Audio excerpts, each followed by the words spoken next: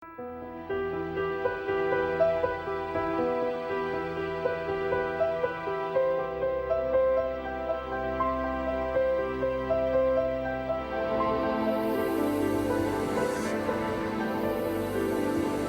افغانستان یگانه شبکه تلویزیونی ملی افغانها در خارج از کشور.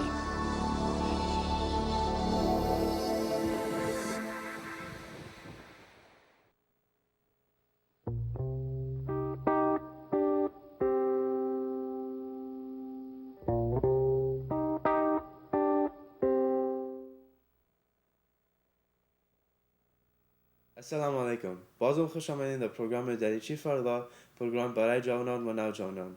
نام من میثم لطیف است. Assalamu alaikum. Welcome to Dariche Farda. Thank you all for coming back and watching for a new episode. Inshallah, today we have a great episode, something different, something nice, and something very relevant to our time now. Today we have a very important speaker from CARE, Council of American Islamic Relations, and today our speaker is someone relevant to our time because she's young, she's a prominent member in our Muslim community, and our topic is also very relevant to us. As you guys may already know, the tragic events that occurred in France, in Paris specifically this past week, has been something that shook the world, shook the nation in every way, and many people were affected, Muslims, non-Muslims, the families of different sorts of people, and it was very tragic, and our condolences go to the families of the past and to everyone affected by such a terrible tragedy.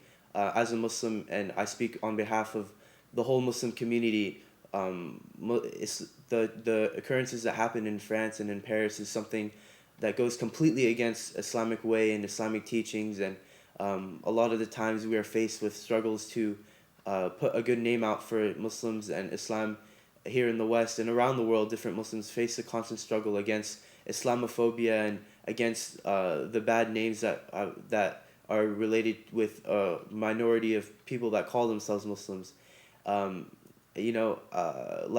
I said before, today we're going to talk about Islamophobia and how as Muslims in the West we can counter that, and how we can spread a good name of Islam around us to our neighbors, to our family members, to different sorts of people who unfortunately aren't given the proper name of Islam, and how we can bring that into our own lives.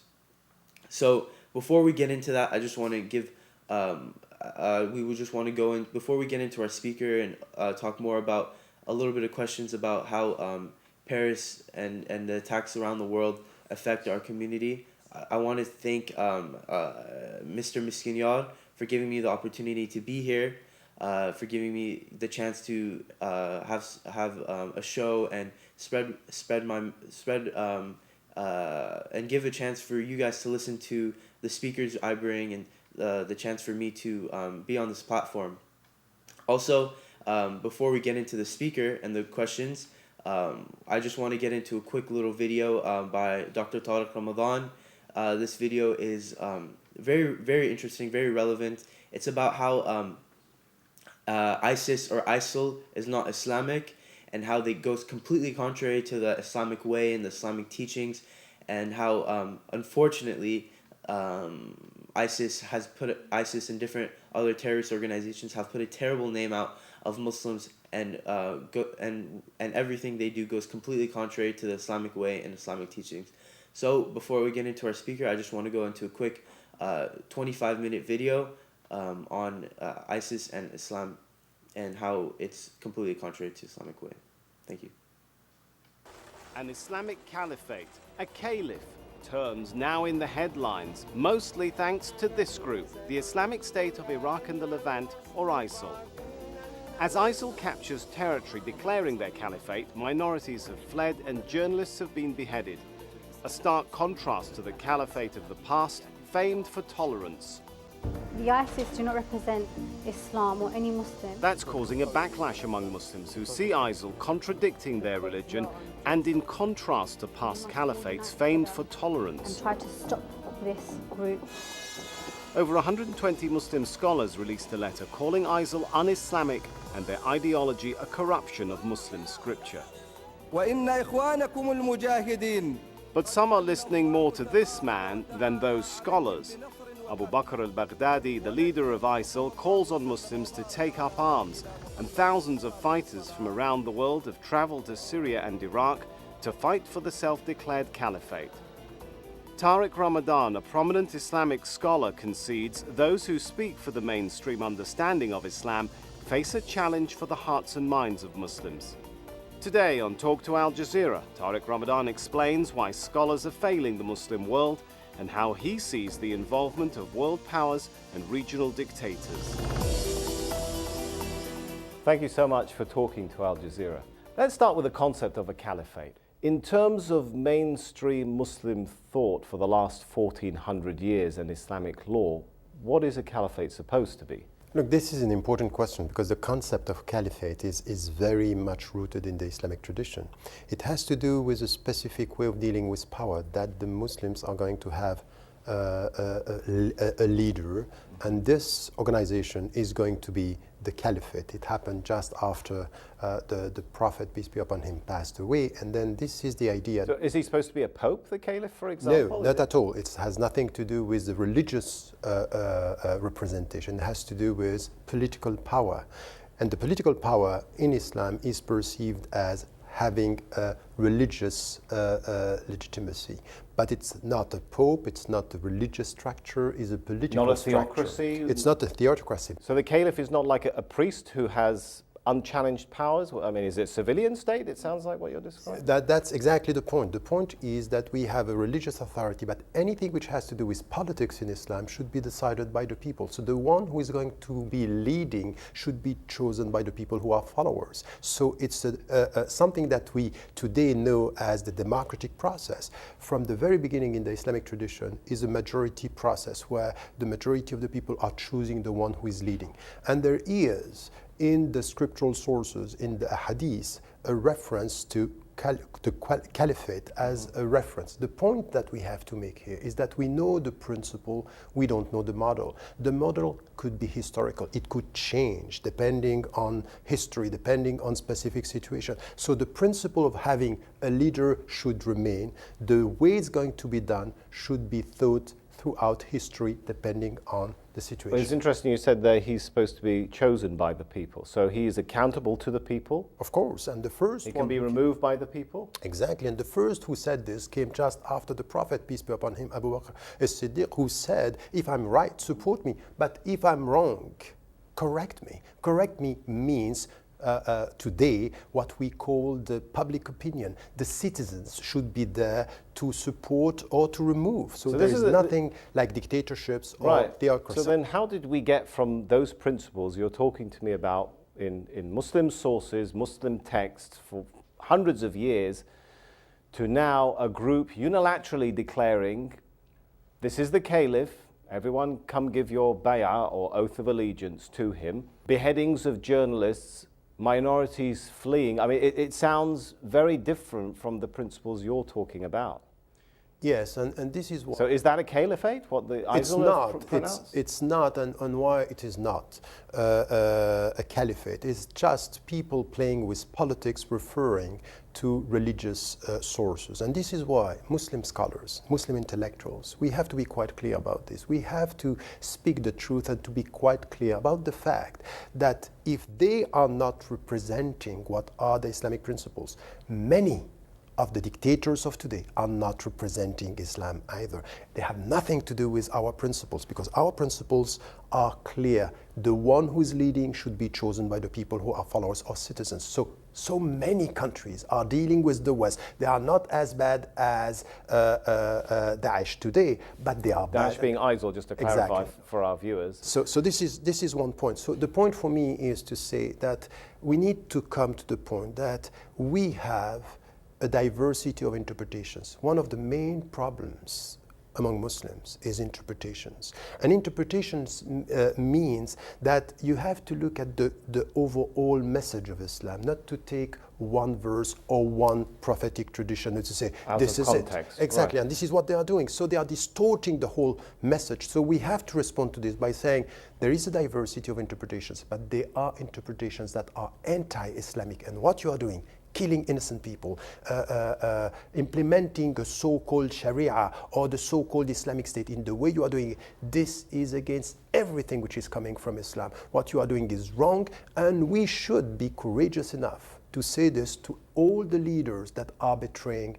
Islam today. You know why I'm saying this? Because many of the so-called leaders of today that we are talking to are in fact doing wrong and sometimes justifying these kind of reactions by people saying you are wrong and we are right. Where does the yearning for a caliphate or an Islamic State come from? People ask, don't we have that in Saudi Arabia or Iran or the Islamic Republic of Pakistan and so on and so forth? What is missing? Is there a feeling amongst Muslims that something is missing in their political order? Something is missing, and you need to understand that among the people and even among powers, Islam now is a brand. It's just a slogan. They say you will get legitimacy if you can qualify what you are doing as Islamic. An Islamic State, Islamic music, Islamic. And then the people are completely driven by emotions and not by critical thinking. So this is the way you get your legitimacy or justification. But one assumes that people eventually see through that and they see that something is missing. What is it in the Muslim psyche that is driving people to think there is something wrong or missing in the political order? Because it's clearly wrong. When you don't have freedom, when you don't have, where everything is driven by corruption or corrupt regimes, of course there is something which is missing. When in your daily life you don't feel that you are respected as a human being, that the basic rights that you should get are not respected, there is something wrong. There is no way in Islam to have anything which is close to Islam if we don't have an open civil society. Meaning what? Meaning that I should express myself, I can be heard, I can say what I have to say, and this freedom of expression is rooted in the Islamic tradition. And when you are asking what is missing, all this is missing. Is there also a feeling of perhaps cultural invasion? Is that part of the equation? Yes. That people are feeling their values are being undermined by globalism or westernization or modernism? And it's true. But at the same time, we have to be very cautious with this victim mentality that we are nurturing by saying this. It's true. Colonial power, the West, the power of the West. We had political colonization. We had, and we still have, economic colonization, and we still have cultural colonization. Is that true? But to keep on repeating this as if everything is coming from outside, that we have to blame the West for our own failures. The main problems of Muslims are coming from the Muslims, from the Muslim majority countries. And then when we start to be critical, say we are going to speak out against all the dictators, we are going to speak out of some scholars. Some of the scholars who responded to Daesh today and speaking to the so-called Islamic State, saying this is wrong in Islam, they are the same scholars that are supporting dictators. Right. You are lecturing these people while we're going you to come are to that. this? I'm wondering though, the problems, now that we're talking about problems within Muslim countries, I'm curious to know whether you think the Arab Spring is addressing that, and whether perhaps there still is an Arab Spring. Wasn't that the idea a couple of years ago, that these popular sort of movements and revolutions are addressing those sorts of problems? I was criticized 3 years ago because I wrote a book, The Arab Awakening, saying, I don't buy this idea. There is no Arab Spring. I never. So you wouldn't say it's failed, you'd say it didn't ever exist? What about the revolutions we saw? I think that we were misled, and we had a very superficial understanding of what was happening. Do you really think that what happened in Egypt is a revolution? In 2011, the personal advisor to Sarkozy told me, it's an internal military coup. Are you referring to the downfall of Mubarak, or are you referring to the downfall of Morsi? What Both, happened afterward? I think that this was something that was happening within. I never bought the idea of revolution. Now, if you come to this and you try to understand what is happening now, look at what is happening when in 2003 George W. Bush spoke about, we want to democratize the Middle East. What is happening now is exactly the Iraqi model, to destabilize the political regime, to weaken the society, and then to control everything which has to do with the economic interest. Who's and the doing this? jurisdiction. Wait, So the Americans today are doing this, and the European countries. Add to this something that we need to know. The key to understand what is happening in the Middle East has nothing to do with democracy and politics. It has to do with economy. And the two countries that were now taking over the Middle East were China and India. They were new actors within. And when you come with destabilizing the region and coming back to security, you are removing China and India from the picture. Who is taking over? America. But surely these are the United States of America. These popular and the movements Europeans. started from Muslim societies. There were Muslims on the streets, right? Arabs, groups like Muslims, right? and Arabs. it has- yes, I mean, that's fine. as you said, we can't blame everything on the West, can we? Yes. No, As being not orchestrated. to blame. I'm not blaming. Right. I think that they were very smart and we were very naive. This is what I'm saying. Right. And so who do I blame? Again, ourselves. Right. To be so naive to think that this was going to happen and this is going to be freedom. Look at what is the picture now. Which type of democracy you have in Syria? Which type of democracy you have in Egypt? The only country which is trying to find its way is Tunisia.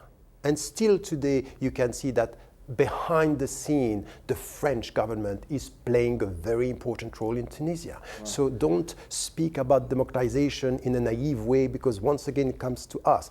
And what the West is doing, it's a very, very smart game to take over and to come back. Now, look at the situation in economic terms. The situation is much more under control today than it was before the revolutions. Let's talk about changes then in the Muslim world.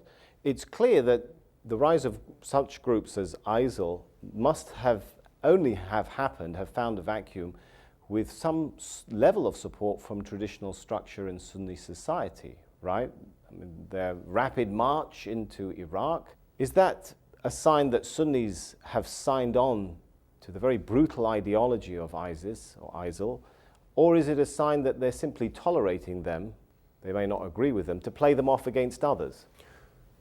It could be both. I think that first we need to understand that upstream from what is happening now on the ground, there is the Salafi trend. And the Salafi trend is supported by many Gulf states, and the Gulf states are supported by the European countries. And once again, this is very, very strange to see the people who are supporting the Salafi now coming from the other side, supporting the Americans to kill the people that in a way they were nurturing with their upstream ideology, the overall ideology. It's just unbelievable to think that there is, apparently there is a contradiction in terms.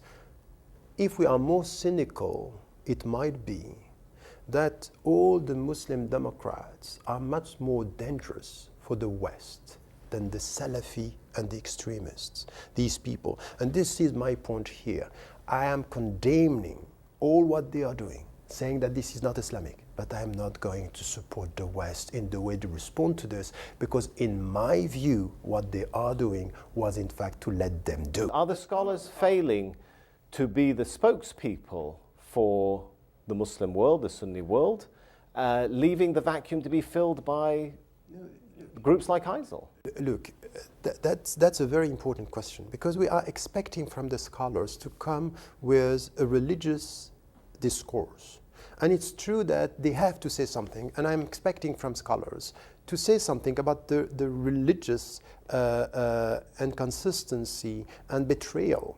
But that's not their job then to keep quiet and say, okay, I have done my religious duty by saying it's not Islamic. Because at the end of the day, it has nothing to do with Islam.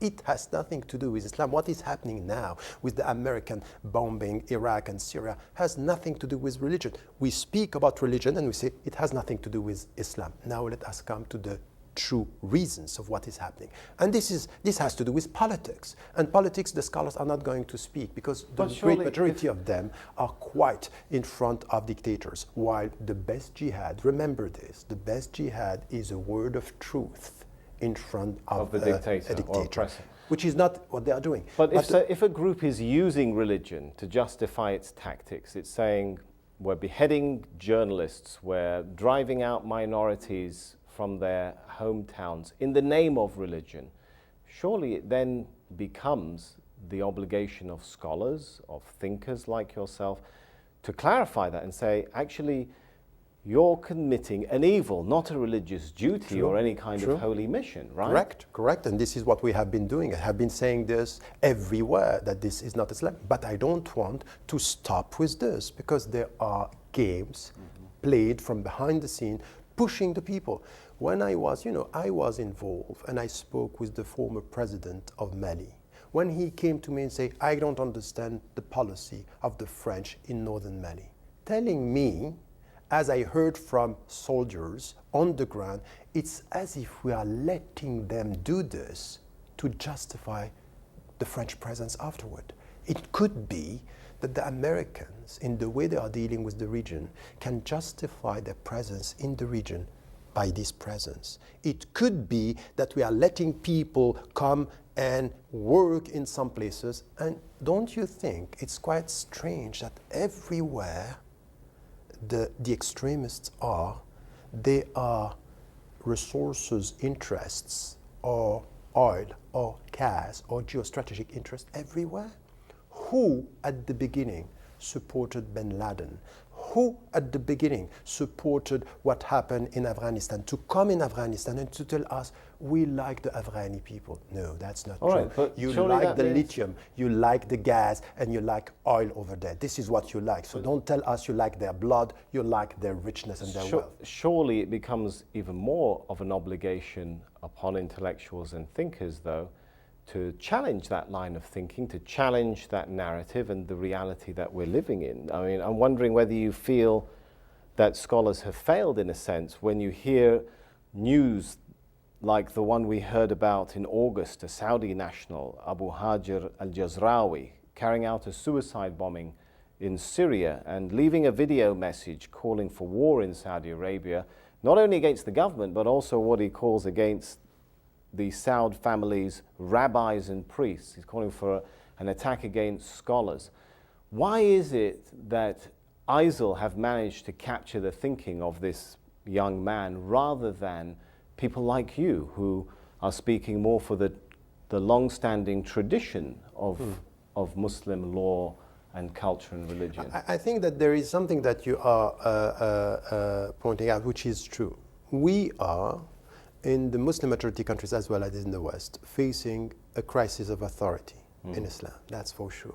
Is it because there's no pope? Because no, because we don't know how to manage with our diversity. We don't need a pope. We don't want it. We don't want a pope at all. What we want is to try to manage this diversity, accepted diversity in Islam.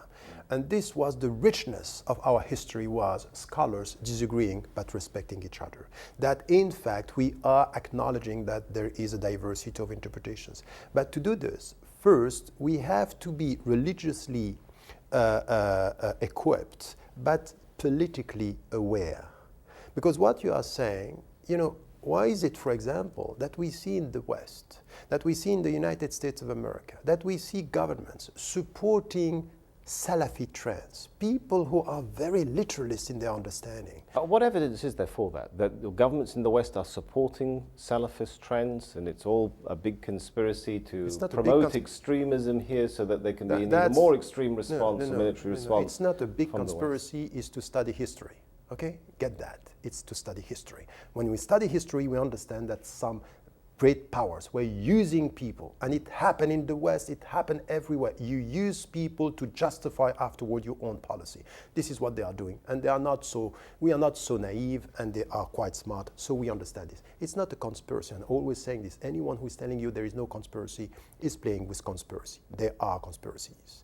And the first to do this are the great power. Just study Latin American reality and history, and you'll see how they were playing with people, how they killed some of the leaders. Now, when we come to Islam, we need to get this. We have to be religiously equipped and to understand that some trends apparently are against the West, but some of in the West are using these trends to justify their policies. So is there not a failure on the part of some Muslim scholars and thinkers that they fail to capture the heart of the Muslim street? Yes, because very often, if you are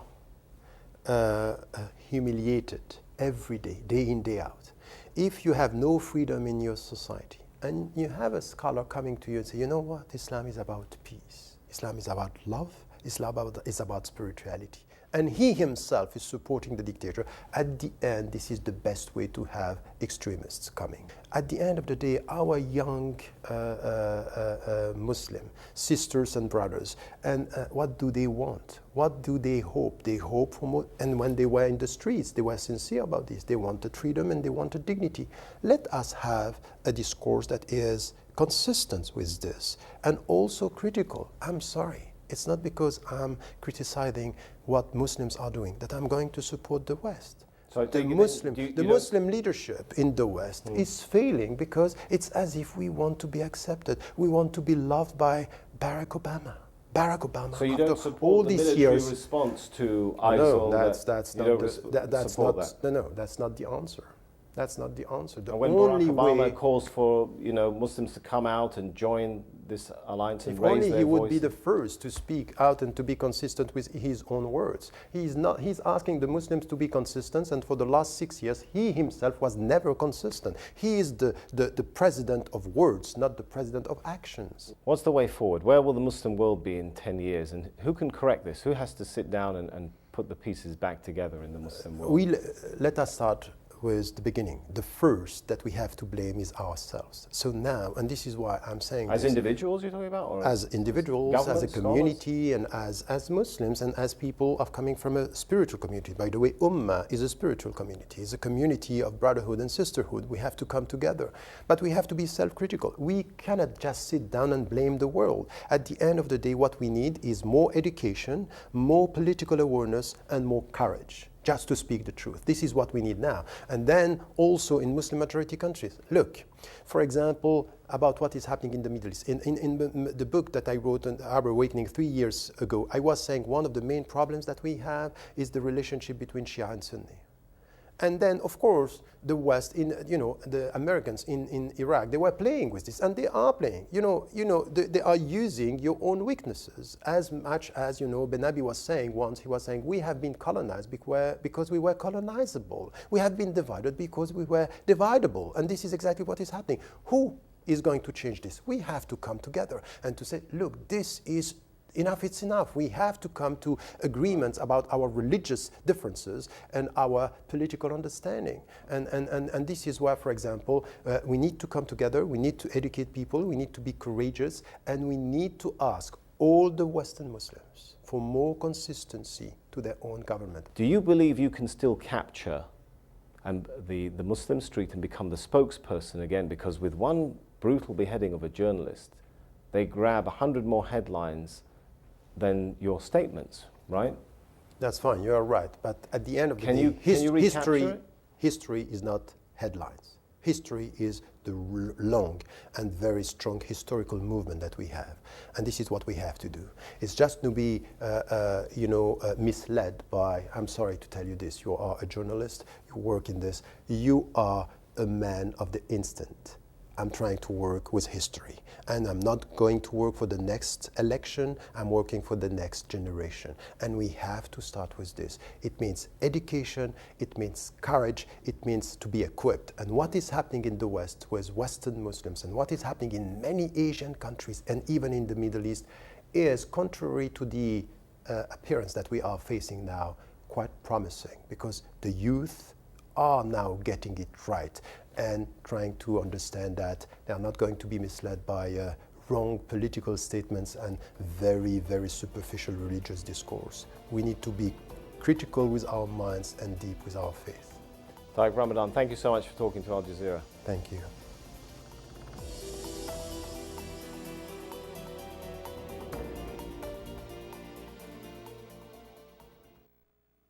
Assalamu alaikum, welcome back. I hope you guys all enjoyed that quick clip from Tariq Ramadan. I say quick, but very beneficial at the same time. Dr. Tariq Ramadan is also I've played a few talks from him before, and I will continue to do so, inshallah. Dr. Tariq Ramadan is someone we all look up to, and we can all learn a lot from, and his talk about how ISIS is not Islamic is something so beneficial, because it's something that Muslims in today's world face so much, Islamophobia, like I said before. So moving on to our show today, our discussion with Sister Ojaala Ahmad. Sister Ojaala is a communications coordinator at CARE LA, and we talked a little bit before the show today, and we discussed what we're going to talk about, and Islamophobia, like I said before, and striving to defy Islamophobia in our community today, and for Muslims in today's world. As youth, we face these problems, and a lot of times it's difficult to understand what our place is in society and as Muslims. So inshallah, we'll discuss that more today. So Sister Ojaala, thank you for coming, and it's great to have you. Thank you so much for inviting me. It's a pleasure to be here. It's an honor to have you here. Before we go on to our discussion today, we just want to talk a little bit about. I just want you to talk about the topic of Islamophobia and further insights as to the tragic events that have occurred these past few days in Paris and around the world, specifically in Paris. So. Yeah, absolutely. It's very unfortunate, the recent events that are happening. Our greatest, we have so much discussed around the world for what these terrible barbarians who do these things in the name of Islam are doing. We condemn it in the strongest terms possible, and we have our prayers and our thoughts are with the victims of the attacks, of their families, their loved ones. And it's just very sad, because unfortunately, as much as we are grieving with these people, with everything that's happening around the world right now, with the attacks in Paris and just recently in Beirut and Ankara, and the ongoing crisis that's happening in Syria and Iraq, it's just so overwhelming, subhanAllah, with everything that's happening for our ummah and for humanity, really. And it's interesting how you brought up that point, Brother Maysam, that, with that, like, even though we as Muslims, as Muslim Americans, or wherever you're living, I know there's a great viewership of this show on many places outside of America as well. But, as I said, this is all of humanity that's grieving at this moment. But with that, obviously when we find out who the perpetrators are, when they claim to be part of this group that calls itself, quote unquote, Islamic, it creates, it opens this door that we, again, as American Muslims, as Muslims anywhere, start to fear that backlash of Islamophobia once again. And we've not only seen it with the recent attacks in Paris. Of course, we fear that might add more to the Islamophobic backlash. But even prior to that, and the incidents that have been happening around the world, we've seen here in America itself, with the presidential candidates, with the presidential race that's happening now. It's almost like a fight that candidates are using anti-Muslim rhetoric to promote their propaganda and to, better their rankings with the general American public. And it's awful that they're using that strategy to, whatever it is, like gain more support from the right-wing groups or the Republican Party and that sort of thing. I'm sure we've all who've been watching the news are aware of Donald Trump, for example. Like in one of his town hall meetings, he was there was a participant who reached out and said, can we have a problem in this country, and that problem is Muslims. And Donald Trump's response was, yeah, we're going to do something about that. Basically saying, like, instead of, taking a more poised and more courageous stance and saying that, that's very problematic to just smear the entire Muslim community based off of the actions of a few terrorists. He's basically saying, like, yeah, that's an issue and we should have, like, Muslims out of this country. And then shortly after that, it was, the same with candidate Ben Carson, who said that it was that Islam is not compatible with the Constitution and that he would never have a Muslim be in a position of political power in this country or be like the highest standing, which would be the President of the United States. And, obviously his statement is unconstitutional himself, because if you look at the American Constitution, there's no, you don't have to be of a particular religion or not be. You could be atheist, you could be Muslim, like that should not affect your ability to have any position in this country. So it's just very problematic that, you know, there's just almost like this fight going on that they want to use anti-Muslim rhetoric to promote their bigotry. Mm-hmm. And like you said before, you mentioned besides the political standing of Islamophobia and the presidential candidates, but also you said how you know the attacks in Paris and Beirut and around the world, how it opens a door and a fear of backlash of Islamophobia, and similarly going on around that. How have these events affected Muslims today, us as Muslims, us as youth? I know a lot of our viewers are young youth in high school, and a lot of them do face hate, unfortunately, from different sorts of people who are unaware of Islam and how it goes completely contrary to the actions being done by groups of people that don't represent Islam in any shape or form. So how do you think the events occurring affect Muslims in today's world? Yeah, it's very unfortunate. I mean, I know obviously it's always been a struggle. It's a struggle enough for American Muslims. And on top of that, for the youth, it's even more of a struggle of like trying to find their identity and trying to feel comfortable with being Muslim in the classroom, in the school setting, and with their peers. Like there's so much pressure. Just recently, actually, CARE released a school bullying report, which entails all cases of school bullying that's happened in the state of California. And the reports found that there were twice as much cases of faith-based bullying towards Muslim students, particularly from the ages of 11 to 18, that were experiencing some sort of not acceptance either by their peers in the classroom. So like there would be slurs like saying like, oh, you're ISIS or you're a terrorist, or like girls who are observing the hijab, like there might be like students or someone aggressively like trying to pull it off, or doing something that's like demeaning to them and making those students feel like they are less that they're basically accepting it as it's the norm. Like this is what it means to be Muslim in America, basically. Like they feel defeated. They don't feel like they have anything to say, or that's just like what it's like to be Muslim in America. And that's very unfortunate. We don't want we don't want American Muslims to be marginalized unnecessarily in school and in other settings like that. So, we specifically at CARE have a number of programs. So basically, for those of our viewers who don't know, CARE is the largest civil rights advocacy organization for American Muslims, and basically we help level the playing field for American Muslims through protecting their civil liberties, through youth leadership programs, having our voice, amplifying authentic Muslim American narratives in the media.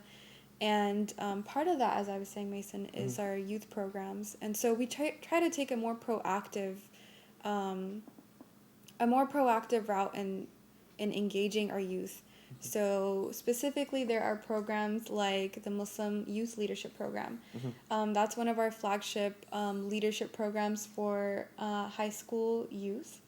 And basically, it's like a 4-day summit where students in California go to the state capitol and understand and like sit in the seats of the senators and assemblymen and like pass and like write resolutions, have a debate. Basically, they enact the entire like California like legislative process. And that's a program that we hold because we want our students we want American Muslim youth to be aware of the political process in America, right? A lot of the times, like the reason why some youth and like the Muslim population in general is not as at the forefront of like what's going on and like just being defeated and taking the Islamophobic backlash is because they're not informed of the political process. They don't know they don't know the resources that are there to help them. So how many times have Muslim people, like youth and like adults both, like engaged with the community outside of their Muslim community?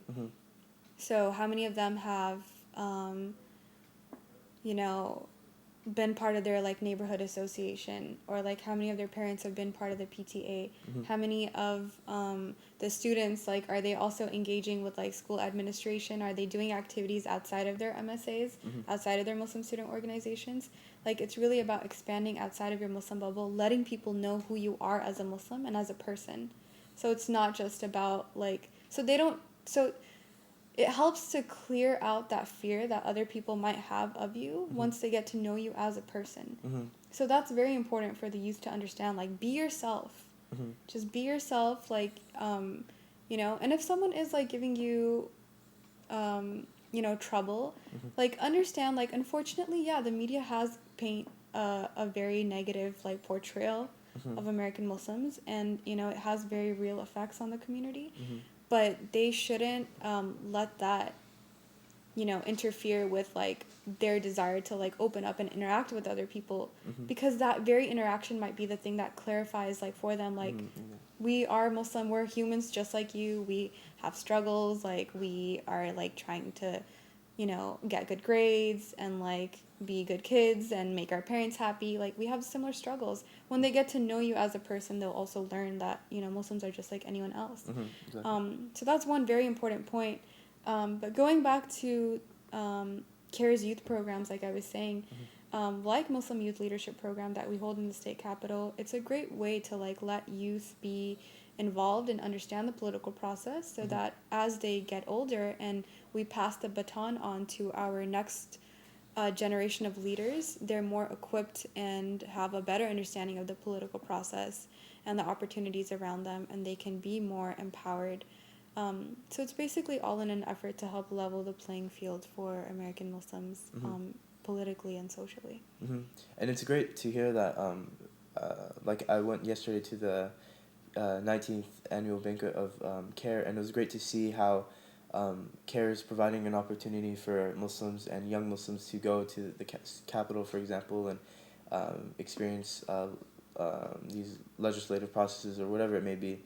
Because in my school, I see clubs like Club MUN and different sorts of clubs that go around the world to the capitals and both Sacramento, DC, and I see these students, and I want to become involved, and you know, sometimes I think I should be involved, but I'm not so much involved. But I notice how it helps students broaden their experiences, not only experiences, but also their perspective on how our government works and how legislative processes work.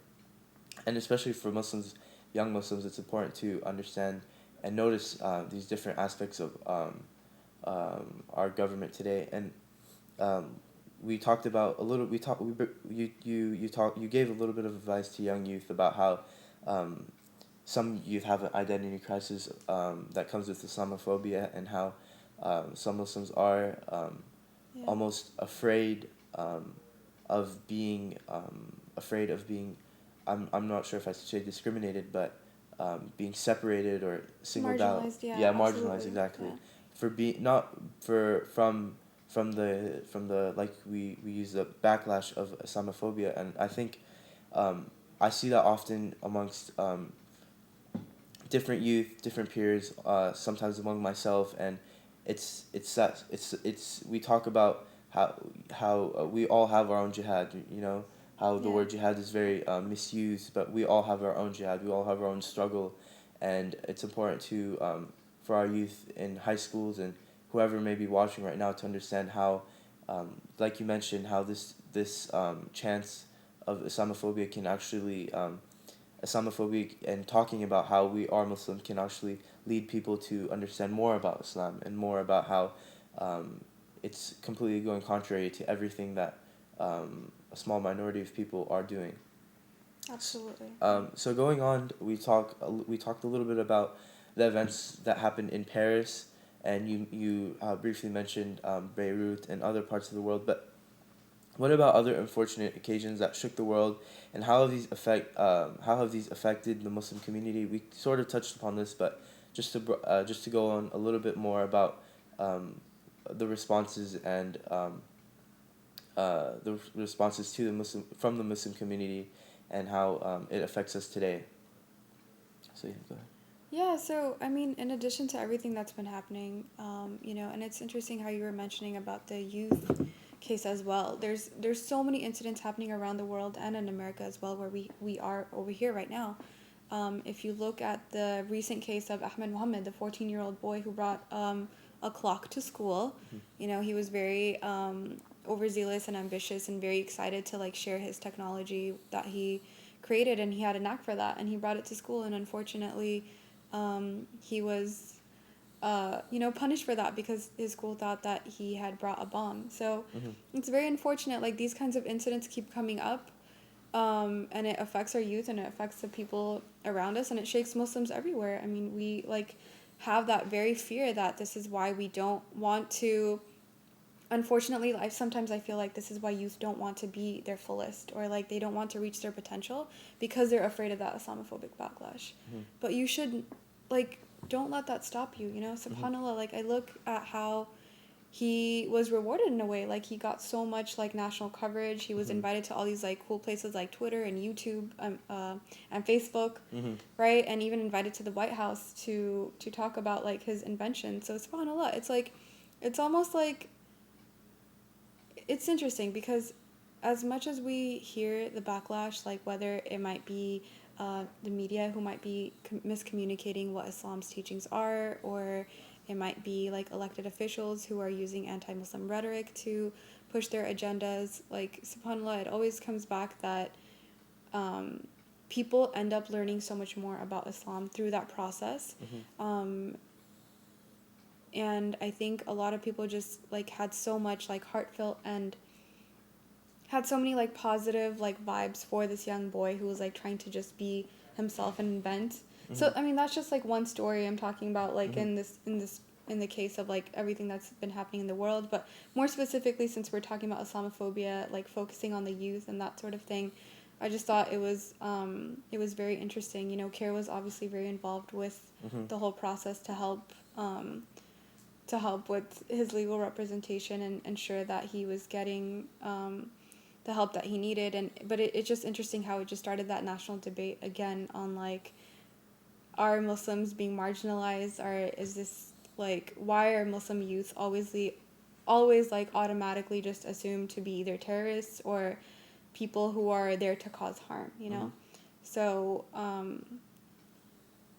but yeah, I thought it was interesting that subhanAllah, it kind of, every time like there's a challenge that comes about like that, there's an opportunity that presents itself where we can help educate people even more about Islam and get the correct image out there. For example, you're a media outlet right now. Like in response to everything that's happening around the world, we're now using this opportunity to educate people. Whether your viewers might be Muslim, but there might be someone who didn't know about Islam, but now they can share it with them about like what happened today or whatever it is that you guys are talking about, and they'll learn more about Islam. They'll learn more that it's that it's very unfair how the media and elected officials will just use like the terrorist group and then paint the entire community to be like terrorists or someone who's like there to cause harm or a threat to America. So exactly. We just want to go into a quick call. We are accepting calls, so اگر میخواین که زنگ بزنین میتونین زنگ بزنین. The number is at the bottom. So yeah, we're just gonna get into one quick call. Assalamu alaikum, Dariche Farda, you're live on air. Assalamu alaikum. Is it live program? Sorry. Yes, you are live on air. Yeah, could you tell me, please? I'm calling from London. What will be tomorrow in London in daytime? The repeat one. Excuse me, I didn't quite understand. I say this program is going to be continued as repeated for tomorrow. Is it in Europe time? Oh, yes, it will be. The timing of the show is, I'm not 100% sure what time it will be in London, but it is aired 1 p.m. Pacific Standard Time here. So I'm assuming that's going to be the same time for you guys, 1 p.m. Your time. So yeah. So London. Okay, thank you. I don't want to take your time. It's a very good program. God bless all of you. And especially for the young generation, which is the Dr. Tariq Ramadan. is a very, very good message to wake up all the young generation. God bless all of you. Okay. All right. We actually have a confirmation that it is 9 a.m. London time. But so yeah, just tune in back 9 a.m. London time. We'll have the replay of the show. Okay, because I would like to have a record, to do record of this Goodman speech. Okay. For future, I can forward it to the young generation to let them know what is the truth. Inshallah. Yeah. Thank you so much. Jazakallah khairan. Bismillah, Very tashakkur. much. Jazakallah That's all khair. of you. Thanks. Bye-bye. All right. Bye. Assalamu alaikum. Dariche Farda, you're live on air. Assalamu alaikum. Assalamu alaikum. Salam. My question is, what can Afghan youth around the world do to stay away from the negativity that the media and their peers, try to enforce against them and try to make them feel that all Muslims are terrorists, or, how can we get the youth to feel comfortable about being Muslim? Okay. All right. Thank you so much for your question. Jazakallah khairan. All right, so thank you to the first caller who called from London. Thank you for your kind words. Inshallah, like we said before, it will play 9 a.m. London time. So please check back for that. Tashakkur bisarjat. And to get to the second caller, thank you so much for calling. He asked about the negativity that youth might face, and how we talked about this before a little bit, and how we can counter that negativity that some of the youth in today's world face. So what do you think? Yeah, so basically, I mean, it's a great question. And like I was mentioning earlier, just be yourself and, open up, like engage with other people outside of the Muslim community, like let them know who you are, get involved in other clubs in your schools, get to know your peers, let them know who you are. And just be yourself. And when they get to know that you are a person just like everyone else, you have your share of struggles, you have your dreams, you have challenges you face day to day as a youth. I mean, and all young people face, let's face it, like all young people have like their share of struggles, they're like on this journey of self-discovery and like learning more about themselves, about their identity. So it's very important that when they interact with others, they communicate that and let them know like they're just like young people like everyone else. The best thing is to just be very sincere and genuine about it, and in that opportunity you get that chance to educate them also about your religion, about your beautiful faith, about what Islam actually teaches, and use that dawah opportunity, like tell them about the beauty of your faith, without making it obvious that you're like trying to like teach about Islam or anything, but just be yourself. I mean, if people, think that based on what they see from like Al-Qaeda videos or ISIS, and they're always quoting the Quran out of context, right? As we see very commonly, they will say that, they will just like take things out of the Quran and blow it out of proportion and then use it in a context that's not correct. The same way you can teach them about what our book teaches, which is the Quran, and say how, if you kill one person, it's like you killed all of humanity. Just use that opportunity to educate them, like let them know what Islam is. Be yourself and just be engaged. Don't close up into your own Muslim bubble. It's very important that even though we kind of like, sometimes I feel like in our community we seek like more of a comfort level and we just stay with our own group, whether it's like the our Afghan community or our Pakistan American community or our own Muslim community, but expand yourself, like be involved with other greater parts of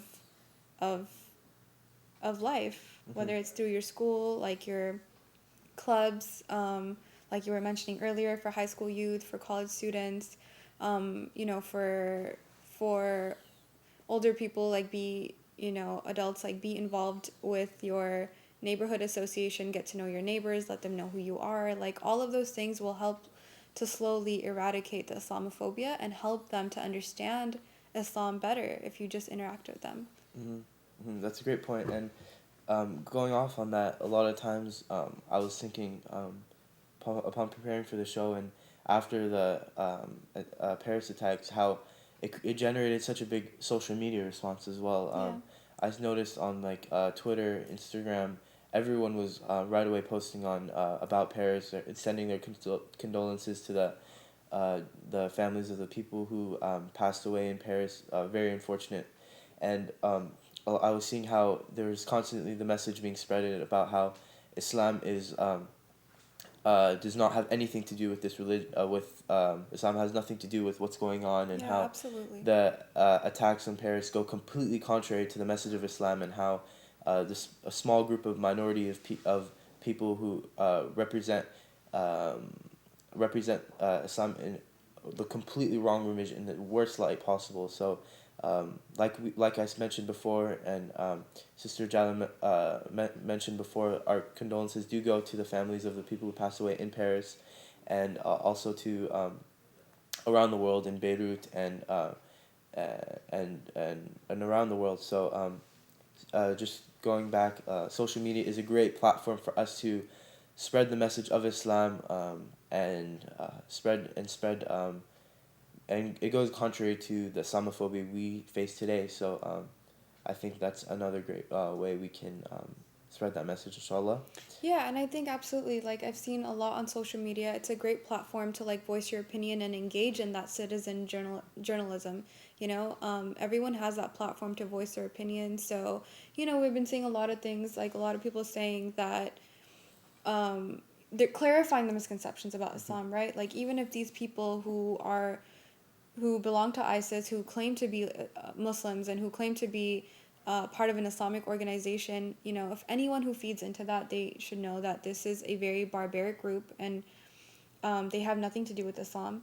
And for people who might like fall into the trap of thinking that they are Muslims or that they are following the teachings of Islam, that's feeding into their agenda, and that's exactly what they want. They want more power, and they gain that when people believe that they are a legitimate group, and they're not. And so, it's great to see people to take their voice in social media and like share their to make it clear and like use that opportunity and that platform to educate others that what's right and what's wrong about it. Exactly. So with that, unfortunately, we do have to come to the conclusion of the show. Thank you so much for watching. We will conclude the show after Sister Jala gives some final remarks, some final ideas, and just to conclude the topic of today, inshallah. So, is there any closing remarks you might have to say, or anything else? Basically, so I just wanted to say thank you again so much for having me on the show. It was really a pleasure, and I hope that all the youth out there who do have who are struggling with the identity crisis, I understand it's a very difficult time, subhanAllah, like with rampant Islamophobia. It seems like every time things kind of like slow down, like something else big happens and we're kind of faced with this situation once again. But be strong, and like first and foremost, like know your faith, know your identity yourself. Be firm in what you believe in, and when you're firm in what you believe in, you can educate and you can teach other people about what your beautiful faith is.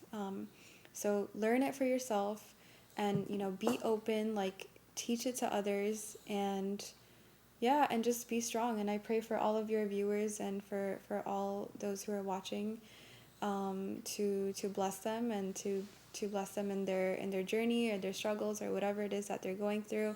And mashallah, this was a great opportunity for I think it's great that you guys are doing that, to reach out to the youth to help them. So this is awesome. And like I was telling Brother Mason earlier, with CARE, with the Council on American Islamic Relations, we do offer programs to engage our youth. So if you are local, if you are in the U.S., in California, please feel free to reach out to our office, and we can tell you more about our programs. You can do so by if you want to know more about that, you can email me first at the description in the bottom. My email is at the bottom. So if you want to know more about CARE and the services they provide, then you can just email me, and I'll send you their contact information right away. So maybe you can talk about what they provide, like the hotline and. Yeah, absolutely. So as we were saying earlier, in addition to our youth programs, we have we're a civil rights advocacy organization. So basically, we offer legal services, pro bono legal services for American Muslims who are discriminated against for either wearing the hijab at work, or if they have a beard for men, if they're visibly Muslim and they've been discriminated against. We offer legal services. We help leveling the playing fields for American Muslims by engaging them in civic engagement programs, like visits to the Capitol with visiting state congressmen and senators.